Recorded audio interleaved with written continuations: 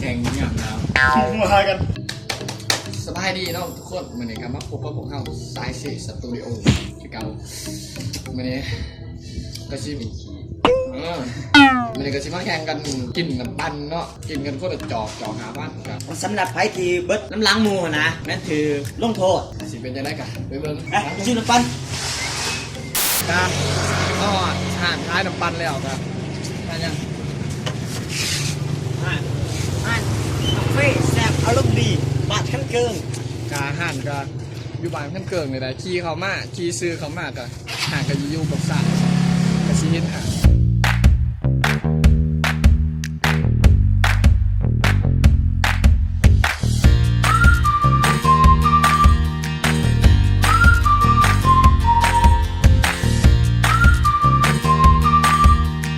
นอกกะ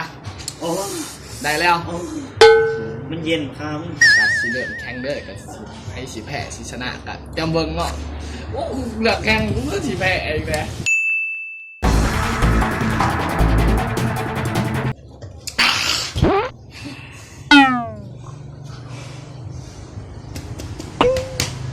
มันมองแมง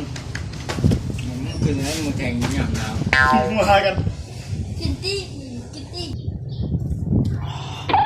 ขับรถปั่นหน่อย มีผู้ใจแม่มันอยู่นี่ แห้งคักกดถึงสมองสัก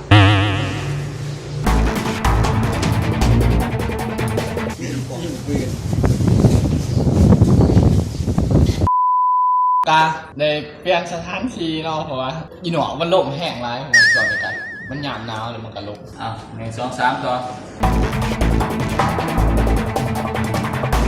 มันกินให้เบิร์ดแบบเบิร์ดตอนเบิร์ดอะไรเลยมั้ง ไผ่เลยนี่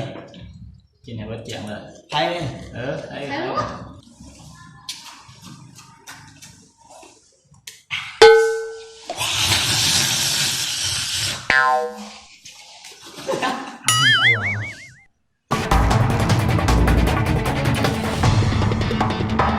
แม่งยืนแถว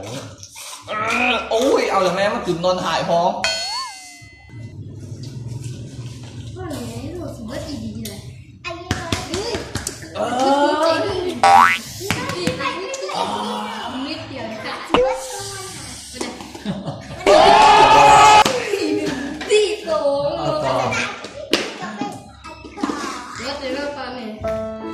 เดี๋ยวดีเดี๋ยวพี่จะดี อู้หลังก็จะกิน กูจะออกของน้ำไปก่อนกู แพ้ถือลงโทษ ไผ่ไหนวะไผ่ไหนวะ แม่ แล้วก็แพ้ กาโอ้แต่คนแพ้แล้วกากิโตสายเสะโอ้มันแบบโอ้เย็นบอลหนาเอิ๊กกาไปเบิ้งตอนลูกโถดเจ้าขาด กูตีว่าเป็นไรกูไม่ตีสองไม่ใช่คนที่สอง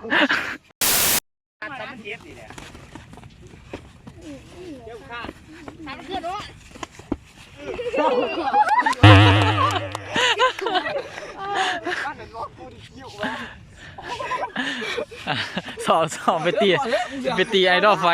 ปีนา เราเขาก็มาหนุ่มคล้องเนาะคนที่ถือว่าต้องโทษกินสากมูนะ เสียวไปโฮสเพิ่นเนาะ โยนไปนะ ไป หน้ากากับรูปแบบนี้เย็นๆแบบนี้กับเหมาะกับการ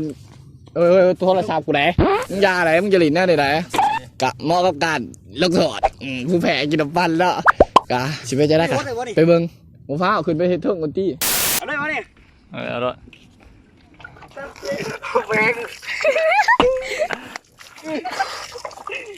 กอดแมงยังเหนียว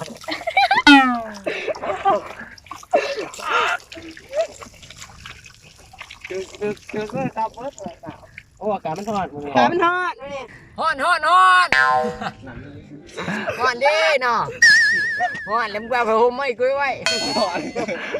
เอาผ้าห่มให้กูแน่ กะจบไปแล้วก็ การลงโทษบ่ลงโทษเนาะถ้ากิโตะใส่เช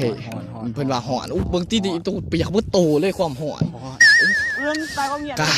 ชีวิตนะครับ ฝากกดไลค์กดแชร์แล้วก็กดกินตดก็ฝากกดติดตามให้พวกเฮาในเด้อเพื่อเป็นกำลังใจให้พวกเฮาเฮ็ดคลิปต่อไปกะขอบใจ